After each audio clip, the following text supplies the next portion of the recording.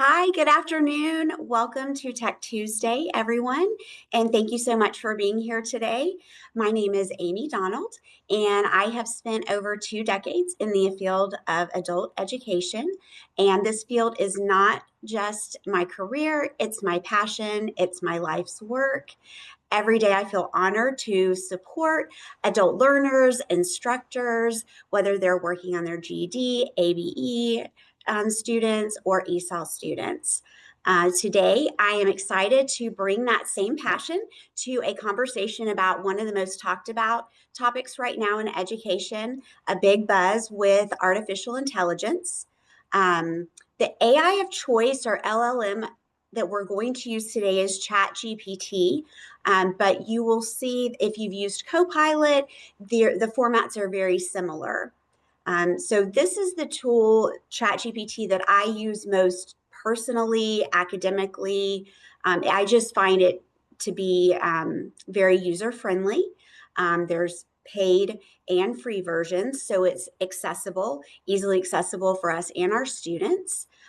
There are many more AI tools than ChatGPT, and Dr. Jeff Arnott, he did an amazing webinar for IP Day, I believe it was in January. And so he went over several different LLMs and platforms. And if you would like to explore that broader landscape, I highly recommend his webinar. So let's see. Let's get moving on. So that's me. I introduced myself and just we there's our housekeeping slide. Sorry about that. Joseph, is the housekeeping slide showing? We see the cover. You see the cover. Okay. So just to go over some housekeeping, everyone's muted, your camera is off, you're muted, you can add comments in the chat. Also, the Q&A is open. So if you have any questions, any feedback, anything that you want to add to the presentation, please put it in the chat. Q&A is strictly for questions if you have a question over what we're covering. But I learned so much from your feedback. I did a presentation a couple weeks ago, and one of the attendees was mentioning that when she uses ChatGPT for quizzes, if you don't say in the prompt to vary your answers, you're going to get, all the answers are going to be A. So please, anything that you want to add, please feel free to do that during the presentation. All right, so let's just kind of get an idea, see where everybody is. So in a couple words, 1 or 2 words, when I hear the phrase AI in adult education, I feel. So just take a moment or two to type your responses in the chat. Hopeful, excited. Cheating. Somebody said when I was presenting a couple weeks ago, and I don't know if it was you, Sandra, if you were there, but they said AI is a dirty, cheating something or another. But that's funny, Sandra. Excited, want to learn more. There is so much. The possibilities really are endless. Useful but overblown. I like that. That's it. Definitely, it's getting a lot of attention. Some people act like it's the second coming, but okay, interested, concerned, absolutely. A lot of concern out there. My daughter was telling me something about AI psychosis. If you have not heard about that, look it up. It's very interesting. Curious, empowered, happy.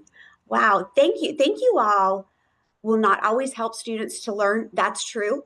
A good learning experience, looking forward to learning, curious, excited.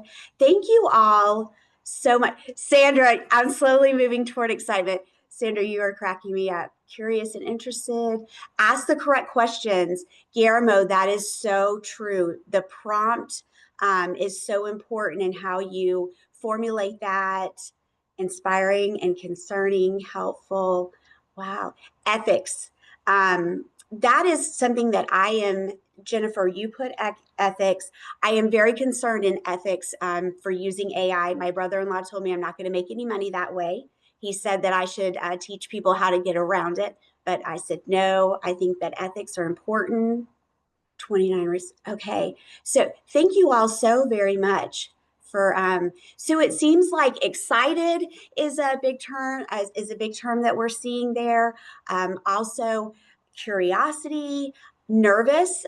Are we going to be replaced? Are students, how is this going to impact student learning? Is it going to do all of the thinking for them? So thank you all. Thank you very much for your comments in the chat. It's very helpful. So let's see. So today we're just going to go through welcome and framing chat, specifically ChatGPT walkthrough, prompts, how prompts are very important, less paperwork, more people work, how AI can really help us to spend less time getting bogged down in all the things that we have to do, that it can free up some of that time, be like an assistant.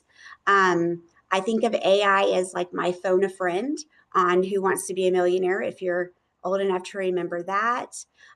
Also, I think of it as assistive intelligence. It's not replacing, it's assisting. So positive practices with AI. I think I skipped over how to recognize, respond, and refocus if you think students are using it. And then also right use, bright future. What are some tools that we can use to help kind of frame the use of AI in our classroom that our students will see on a scale, what our expectations are with that. Okay, and I'm just double checking really quick. Modeling responsible AI use. Okay. So we're going to look at classroom applications, whether you're an instructor looking for classroom strategies or an administrator thinking about policies and program. Today's session will have something for all of you. We'll talk a lot about instructor practices, but there are ways to simply modify that, and it can be used for administrator practices and help with that. So what you see here, this is the landing page, homepage, dashboard, whatever you want to call it for ChatGPT. I always make sure, if you look at the green oval here, you can see that I'm logged in. We're going to use screenshots rather than using it live, just to make sure everything is working properly. But one of the first things I check when I go into ChatGPT is that I'm logged in. Number of different things for that. Here you can see, if you see my cursor, it's going to log every question that you've asked it or every prompt. So you can use the scroll bar. We won't do that because it's a screenshot, but I can go down if I think like, oh, 2 weeks ago, the prompt I said was this. Let me go back and look at that because I want to add to it. So that's important to make sure that you're logged in. It will log your conversations or your prompts. Here you will see in the blue oval where it says ask anything. And you really can, when it says ask anything, you really can ask it anything. Particularly with the new update to 5, there are less things that it will answer, but it will tell you, I cannot answer that, or my expertise in this is limited. I've noticed I'll ask it a lot of medical questions sometimes, and with the update, it will say, I am not a doctor, but so right here, the ask anything. So that's where you see where the plus is. It looks very similar to a text message or email. That's where you will click right in there, right in that box, and you type in your prompt. So that's for people who, I know for my mom, she's like, I don't know how to use it. And I'm like, Mom, just think about it like email and text. And then, so that's the landing page. Here, where it has the ask anything, you can add files and more. So if you click on that plus, let's see what that looks like. So when you click on the plus, similar to attaching a file to an email, adding a picture to a text, I brought up here my IPDAY folder, which I use all the time because IPDAY has a lot of really good stuff. I wanted to, particularly with their standards matrix, on the IPDAY website, you can go and you can get the standards matrices for ABE, GED, ESOL, all the different levels. So you can see here from my IPDAY folder, I've added the ESOL standards and matrix that's provided on the IPDAY website. I'm in Polk County. So I went to the Polk County website and I downloaded a PDF of the school calendar. When you are writing your prompt or typing your prompt, the more information you can provide, the better. It's also just a pro tip. If you already have things downloaded in a PDF, in a Word document, I have found I get stronger answers with more details if I already have my resources attached. So I've attached them first, once again, by just adding similar to a text message or email. And so my prompt, I teach in Polk County and have attached the school calendar. I teach ESL or ESOL levels 3 and 4, so whichever level, or ABE, GED, in the same classroom. So that's important for the standards matrix. Starting with the date of October 28th, using the school calendar for school days only, so that way it takes out holidays, any breaks, and the attached standards matrix, create a schedule that will cover all the standards for the remaining of the school year for my ESOL students, levels 3 and 4. And let's see what it gives us.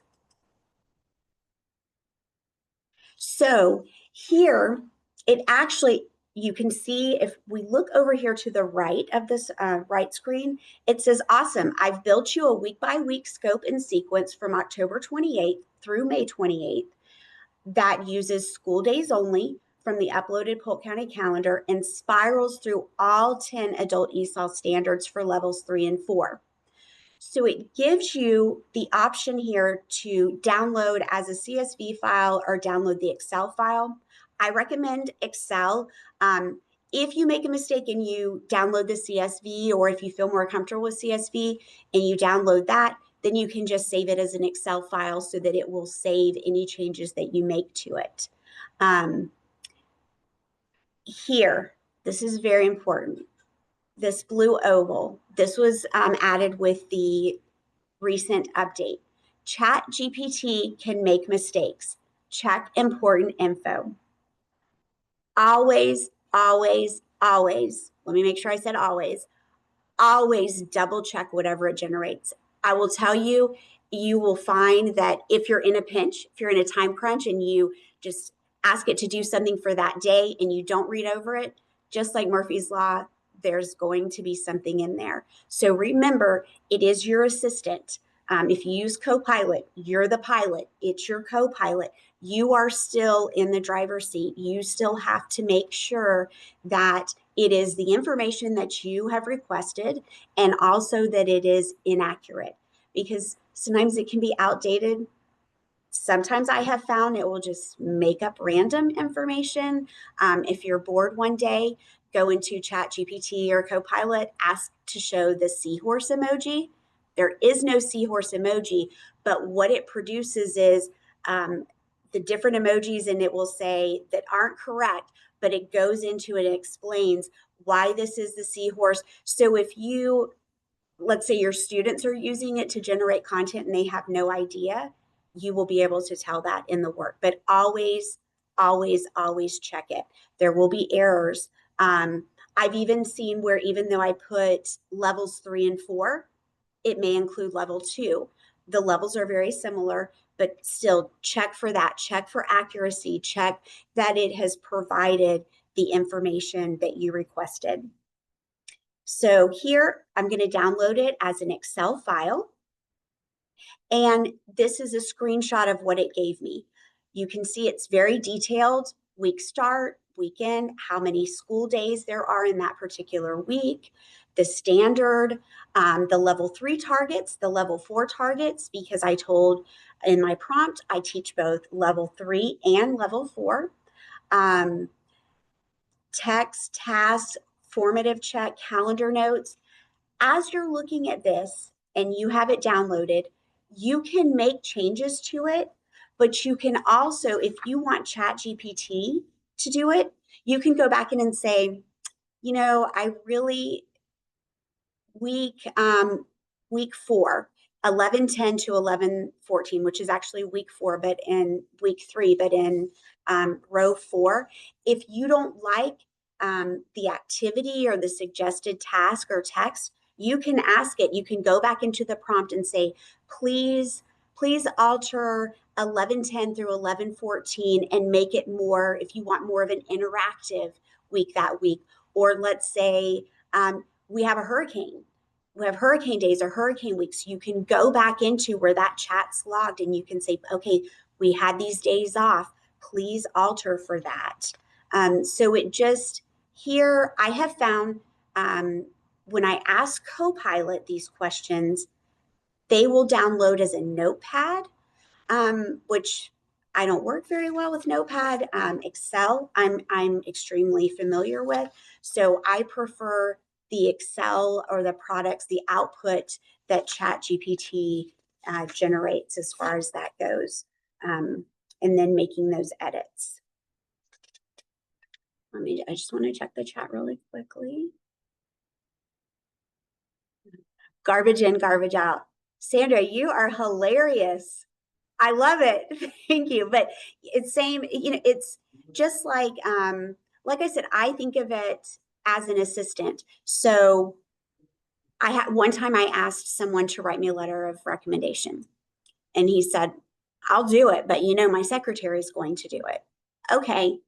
Pretty much I knew that anyway going in, but we can also do letters of recommendation. So with that prompt, you would want to tell it as much about that student, as many details, and then ask for if it's a particular scholarship or what it is, even include information about the scholarship. If the scholarship, let's say, is affiliated with a foundation, what are the mission, vision, core values of that foundation, to really tailor that. So just like it can tailor lesson plans for you, it can tailor letters of recommendation for administrators. You could upload the school calendar, upload your district's timeline for observations, and I have 15 teachers that I need to observe and do informal and formal. Please create me a schedule for observing, an observation schedule. Let's say there's one week you decide, I'm not feeling so great about that week, I want to take that week off. You can ask it to then go back and alter it. So just like it will do schedules for classroom teachers, it admin, any type of schedule. Once again, if there's anything you don't like, doesn't matter if it's a small detail, something large, you just go back in to the prompt and say, please change this or please alter this. Sometimes it'll ask you questions. Do you want me to make this less formal, more formal, that type of a thing? So the prompt, I think that some of the magic in AI is going to be one of the skills it's really going to test is how strong is your prompt. I saw colleges are offering, like in their career academies, I think it was a 5-week course just on AI prompting. So I cannot say enough about how important the prompt is, and the more information that you provide, the better. Okay, so chat's good. Just want to check that. So that's one feature, one task that you can complete in AI. Something else that I have found very beneficial. I'm a student as well, the research support. So I can put a prompt in, ask a question. I don't care what the answer is. It will generate the answer. I don't even look at the answer. Then I will say in my prompt, please provide me the peer-reviewed, primary, scholarly, whatever it is that you're looking for, the type of research. Please provide those articles, journals, where that you use to get this information. So over here, you can see there's in the green circles, you can click on those links and it will take you directly to that article. I have found, I would say probably 85 to 95% of the time, it takes me directly to a PDF of an article. That saves me time as far as going in databases and searching. But if you've looked at research articles, academic articles, many times you have to have either an affiliation with a college or university or a subscription to that particular, like if it's Springer, Academia, whatever it is. What I've noticed going back to that 85 to 90% of the time, the links that are provided in their citations will take me directly to a PDF of that article. That is huge for me as a student, as a researcher, because there it is, boom. Then you can download that PDF. You can ask ChatGPT to summarize it. What are the main points? You can request the full citations in APA format. Also, another thing, a common error in AI are the citations. It will just make them up at times. So I think way back to, remember when Wikipedia came around and Wikipedia was like, oh, don't use it. But you could scroll down in whatever you looked up in Wikipedia to look at the references or the resources. And I use that as, I didn't read the article, but I want to look at, okay, what are they using? Where are they getting this information? And then I can go through and sort through that. I will also, just as a cautionary just suggestion, even though you put in the prompt, research-based, peer-reviewed, primary source, there will still be in those sources blogs, things that are not what you've requested. So once again, you're just looking through those citations, clicking on them. If you see it takes you to a blog, then okay, you've spent what, 5 seconds to do that and go back to the list. So once again, cross-check, verify, apply the research. It's all there for you. All right, so that's a time saver when we're doing research. AI can be a huge, huge, huge time saver for you. Classroom, even in your personal life, I'll take a picture of something. How do I fix this? And it will tell me.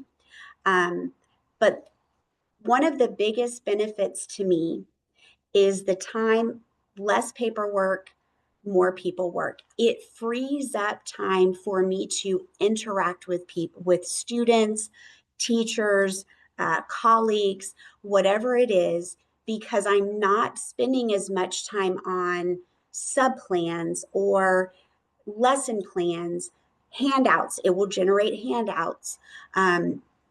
Just so many things. Our time is very valuable, and we all know we don't have enough time for everything that we need to do. So once again, that assistive technology will give you more time to connect with your students, build relationships, and actually teach, which AI cannot do that for you. So remember, you're not going away. AI is not replacing you.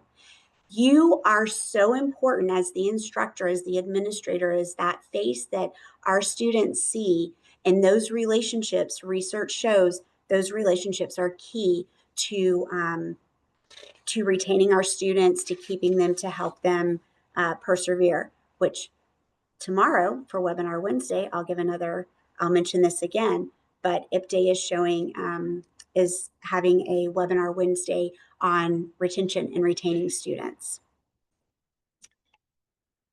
So that's very important, relationships. Here, so this here's an AI generated substitute teacher packet. So remember on the previous slide, I said how it can save you time with sub plans, lesson plans. So once again, I've logged in, I'm in my account.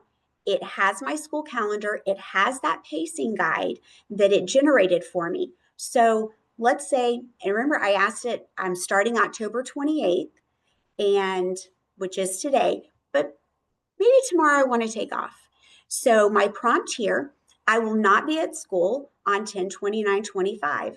Please prepare sub instructions for the entire day with a start time of 8 a.m., a lunch break. You want to include that lunch break or any other breaks, and an ending time of 2:30 p.m. Please prepare activities that are student-centered and students are able to complete on their own with each other. Now, why would I include that in my prompt? We know we love our subs. Our subs are great. They're not us. So, what can students do most on their own, but still keep them engaged and interactive? Here's what it got it. It's giving me student centered, sub plans. It goes through the whole day. The screenshot shows 8 to 8:15, but it will give that entire day. And then sometimes it's just so nice and polite. Would you like me to also create printable handouts? So the sub can simply pass them out. Yes, please. Sometimes it's a little tricky. I'm going to go back to what Sandra said about AI. Sometimes it will ask you, would you like me to create this? And then when you say yes, then comes back and says, I can't do that, or it gives you something that's completely different. So just because it offers and is so polite with it, you still want to double check and make sure that that's exactly what you're asking for. So here you have it. You can download it as a PDF, just like with the Excel spreadsheet with the pacing guide. As you look at that PDF, if there's something that you're like, oh, I don't like this, my students don't like the jigsaw activity or whatever it is, it will alter whatever you ask it and produce a new plan for the day. Okay. So recognize, respond, and refocus. So this is where we've shown kind of, this is how AI can help you. Like the fancy things of AI, but then it gets into how do we recognize AI in student use, what's appropriate, what's inappropriate, what's ethical, how do we have these conversations with our students, how to do that. So that's what this next section is going to get into. So we've seen the fancy glamour. So let's get down to the nuts and bolts of it. So we have a poll. Have you ever suspected a student used AI in their work? Joseph is going to very kindly launch the poll for us. And so you just click on yes, often, occasionally, not yet, I'm not sure. And if you're not sure, that's okay. That's one of the reasons that we're here. So if you will click on, we'll give a few seconds for that and just kind of get a feel for what are we seeing out there.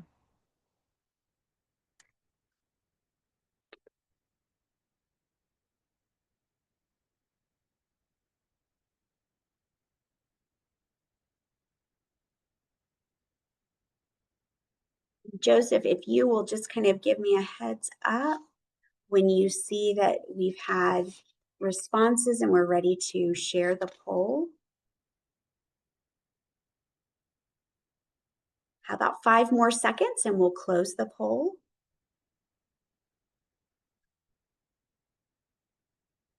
Okay. Joseph, are we ready for that?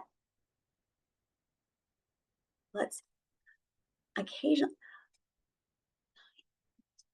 So this is, I was really excited to see the results of the poll, particularly for our adult students, ABE, GED, and ESOL, because I wanted to see how do those line up with the statistics that we're seeing in K-12 or higher ed. The occasionally, that's our most popular answer, not yet at 28%. So this is where it may be that AI is intimidating for our students. And what we're going to go into with the AI assessment scale, we can kind of use that as a framework to help them decide what's appropriate and what's not. So, okay, thank you for that. And then I'm also very curious about this. In the chat, if you can, what signs or clues made you think that AI might have been used? So if you can take a little bit of time and let's go here.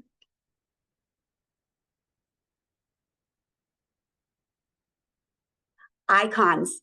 Yes, Maureen, you are exactly right. It will put an icon for every section heading, at least from what I've seen. Overuse of transition words, broken into sections. If you notice there's some formatting issues, I've noticed that it will, with the icon, the beginning of a section will be bolded. Fake sources, Jennifer, yes. Jennifer, the dashes. Whenever I see a dash, I'm like, I know this was AI. So a dash, a contraction. I may have seen some emails from some upper management people in the school board that send AI generated emails. And if I see a dash or a contraction, I'm like, 100%. Vocabulary is different. There are specific words that AI will use a lot. There are lists out there that will show you, like elevates one of them. Leverage is another. A style, Lena, sorry. AI loves to comment in their writing. Yes. If the vocabulary improve, too many adjectives. Writing is stronger than conversational speech. Pristine, yes. And I think this goes back to, even though, yes, we see all these things and we know that these are clues to AI use, but once again, us as instructors, our gut, we have some really good, we just have our gut responses, our gut thoughts, go with that. That is one of the most important tools that we have. So looking at it, but yes, these are all, looking in the chat, these are red flags for AI use for sure. But the contractions, the dashes, any formatting issues. So let's say you as a user want to use AI to write an email. This is where another time saver. So let's say, not that this would ever happen, but you get an email from an admin or someone higher up and you're upset and you've got to get that out. So what I'll do, I'll copy and paste the email into a Word document and head it original email. Then I will get all my feelings out. This makes me so angry, whatever, get it all out. And then, so I've saved that as a Word document, the original email, my angry, unprofessional response.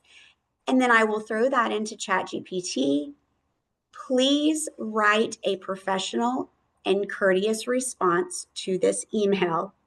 And it will take my emotional, get my feelings out there and make it sound very professional. And once again, just like with everything else, if there are lines or things in the email that you don't like, you can ask them to change it. I always then, if there's a contraction, I change it to, so if it's can't, I change it to cannot. I take out those dashes. Any kind of clue that I might think might give away that my email was AI generated.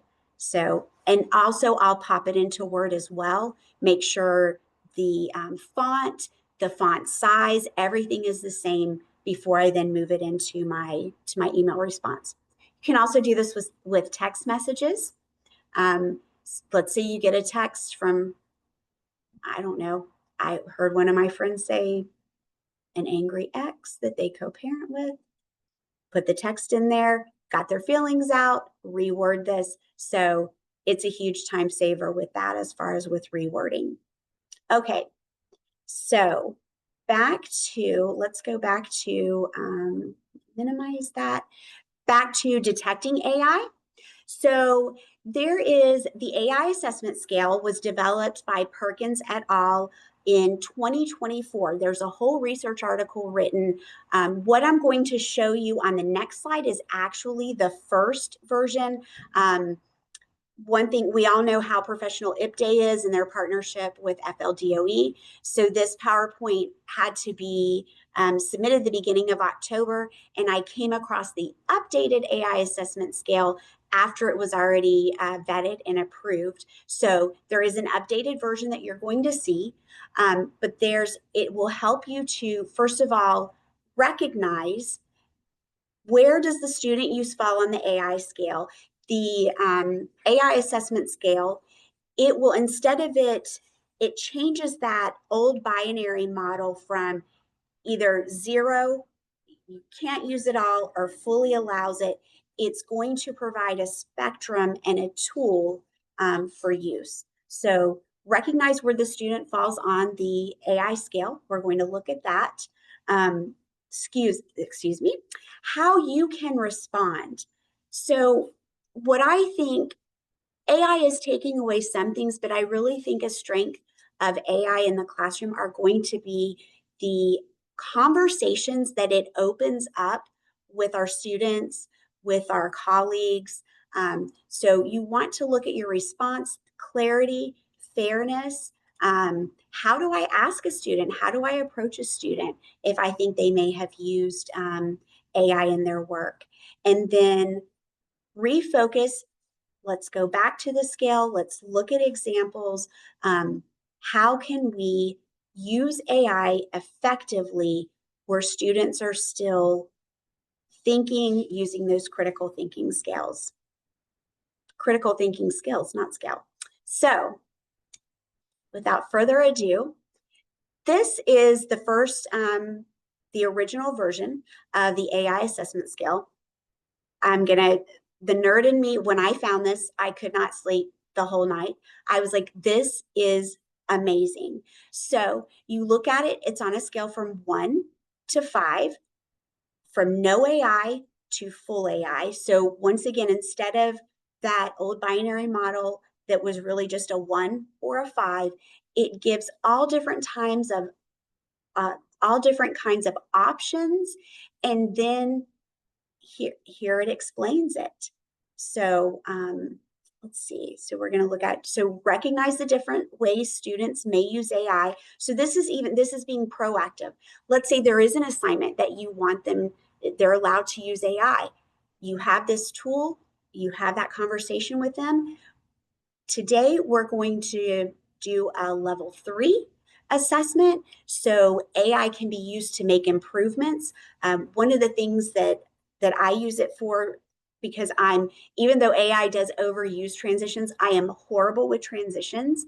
So sometimes something that I've written, I'll put into AI and say, please check for transitions and that the paragraphs are full and complete. And it will come back with suggestions. So it's my work. I've written it. It will offer some suggestions. So it's that assisted editing. It's getting back immediate feedback. So I'm not waiting for a professor or waiting for a colleague. It's as soon as it's in 3 to 5 seconds, it's providing me that feedback. So looking at this, the different ways, because there are many different ways that students can use AI.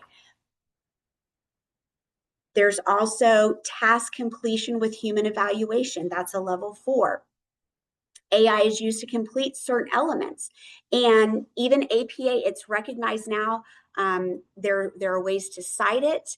So you can use AI. This this chart was created from using AI, but there's on Purdue OWL on the APA website, it goes through, it's very detailed on how to cite AI. And then full AI. This is where, let's think about this for a second. So just to get your feedback, and you can put this, I'd appreciate if you put it in the chat. Let's say you're doing a full AI task. Your students can use full AI with it. What are some tasks that you would see as beneficial in your classroom with using full AI? One example would be so let's say ChatGPT, Copilot, Gemini, the same prompt in all three, and look at the responses. The responses are going to be different. So that's full AI. AI has generated the responses, but now I have these three different examples. I can have my students look at that. How are they the same? How are they different? Which one do you think, which response has the best quality? That's really looking at their evaluation, their assessment, and then to synthesize the three. So really hitting those top blooms skills. Let's see what we have in the, where a disclaimer would be. So Catherine, this is wondering if we'll ever reach a point where a disclaimer will be attached to our AI generated work. So let me give you my disclaimer. This PowerPoint presentation that I created, well, I say I created, I used AI a ton in this. And so I thought, oh, it's going to save me so much time, and it will give a script for each slide and all of that. So I do think that disclaimer, it is important. It's like citing. So I used AI. I would pop the PowerPoint in AI. Here are the objectives for this webinar? Am I meeting the objectives? Do you have suggestions for slides? How can I add to it? All of that. But yes, I don't want to ever put this email as was written with the assistance of AI, but even social media posts, it'll do social media posts for you. Brainstorming, general prompts for discussion, have an ESOL student. Oh, Chad, I love this. Have an ESOL student practice writing a letter to a business or government office. That's huge. I feel like one of our how we can assist particularly our ESOL students is how to advocate for themselves, how to navigate the government. I mean, good Lord, you can even, last weekend, I'm very lucky. My sister got a new car. She gave me hers, and she lives in Missouri. I live in Florida. So my brother-in-law went into ChatGPT and he said, we live in Missouri. The car is titled in Missouri. We are giving a car to a family member in Florida. What all do we need? Now, it will give you what you need. I will tell you, when you use AI or it's been my experience, legal questions, government policies, AI is overly optimistic in these. So it was very helpful as far as how to transfer the tag. But when we went to the tag agency, my sister and I went in Missouri, one of the forms, the lady said, this is AI. And we were like, yes. And she's like, here, it's much easier. Let me just give you this. So, but yes, practice writing a letter, practice discussions with your ESOL students or even ABE GED students. It's like having a conversation. So let's say the ESOL student, they need to advocate for their child in their child's classroom. I think what gets overlooked so much in adult ed, one of our huge benefits and values is that we are educating our K-12 students, parents, families. So how do they advocate for their child?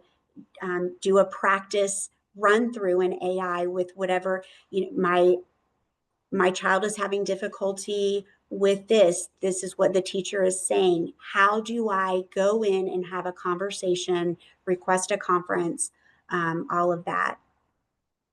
Loss of students not learning the skills of organization and bullet statements in preparing to write because of the use of AI. That, David, that's yes, because I mean, think of organizing, preparing those bullet statements. So what I would say to David, it can do the basic, right? It's doing the outline, but then they still have to go in, they, the student, they, the user, it is still up to them to check for accuracy, right? To put it in their own voice and then to deliver. AI cannot deliver content. So that's one thing with us, with teachers, instructors, we are the ones delivering the content. This PowerPoint almost exclusively created with AI, but I'm still here. You still get to see my beautiful face. So recognize the different ways, respond with fairness and consistency. So let's say we feel like a student has used AI where we've said, okay, this is a no AI, this is a number one. This assignment is a number one. So we see what the student has done and we feel like they've used AI. How do we have that conversation? So quick story, I have a niece she's at Baylor. She's a junior now, but last year she had, and it was the assignment was, it was a very personal assignment. She had to interview someone and then write up about the interview and give her thoughts on it and whatnot. So she got an email from her professor, and the professor said, please come and see me at your earliest convenience, which don't we hate those emails? And she sent it on a Friday. So then my niece is worrying the whole weekend. Well, her product, her assignment was flagged for AI, even though it was a very personal thing. So what the professor said is, show me your search history. Show me, how did you research this? How did you show me your version history? If you used Word, looking through that, what's your version history? Grammarly, I learned from Michelle Horn, who's a Grammarly rep. In Grammarly, and I can't wait to learn more about Grammarly has all different types of things, but Grammarly will do its, and I hope I get this correct, it will actually track the amount of time, the active time the student spent on the assignment. So it's a way to show that, yes, this is their work. So fairness and consistency, be curious, ask them, even the question of, hey, can you walk me through how you did this? If you see a deer in the headlights look, because they're not going to be able to walk you through what they did not do. And then let's go to the next. Refocus our teaching by guiding students toward ethical, transparent AI practices instead of simply banning it. So this scale, I'm a huge fan. I love it because it gives us, number one, we're proactive, we're acknowledging it, we're showing our students this is the level, this is an example of the level. And then let's say we feel like there was an overuse of AI, we can go back to this AI assessment scale. Talk to me about how you completed this. Where do you think it falls? If, let's say the assignment was, you said we can do a level 3. Do you think you're at a 4 or a 5 with this? But once again, having those beneficial conversations, building those relationships with our students. So we've gone through the levels. I just want to make sure, because I am such a fan of this, that I just want to look at my notes really quickly and make sure I've covered everything. Okay, perfect. So getting answers. So we talked about having conversations with our students, using that scale. Where do you think you are? Walk me through how you did this. What did you research?